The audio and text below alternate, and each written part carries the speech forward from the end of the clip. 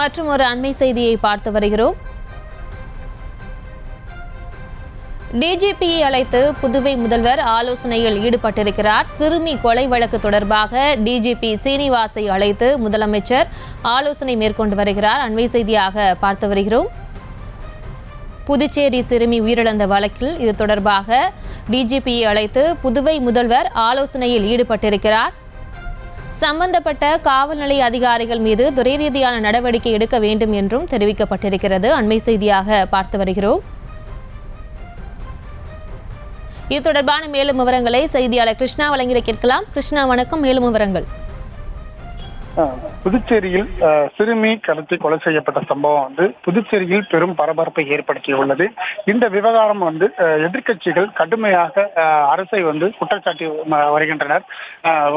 புதுச்சேரி அரசு பதவியேற்றிலிருந்து சுற்றுலாவை மேம்படுத்தும் விதமாக இது கஞ்சா மற்றும் பல்வேறு விதமான போதைப் பொருட்களை புதுச்சேரி முழுவதுமே இங்க அதிகரித்து வருவதாகவும், அதே போல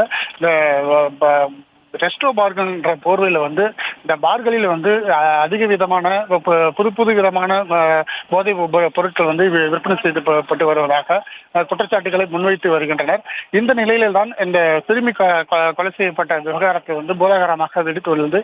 இது 4 நாட்களாக இந்த காவல்துறையினர் சரியான முறையில் இந்த கையாளவில்லை என்றும் குற்றச்சாட்டுகளும் முன்வைத்து வருகின்றனர். இதனை கண்டிக்கும் விதமாகத்தான் புதுச்சேரி டிஜிபி சீனிவாசை முதலமைச்சர் ரங்கசாமி அழைத்து கடுமையாக விசாரணை மேற்கொண்டுள்ளார்.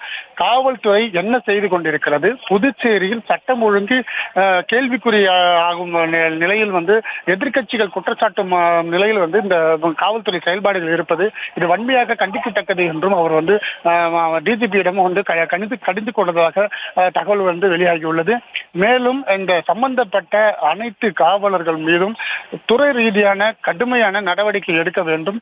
வருகின்ற பாராளுமன்ற தேர்தலில் புதுச்சேரியில் இந்த எதிர்க்கட்சிகளுக்கு இது பெரிய ஒரு புதாகரமான ஒரு செய்தியாக இது இருக்கிறது.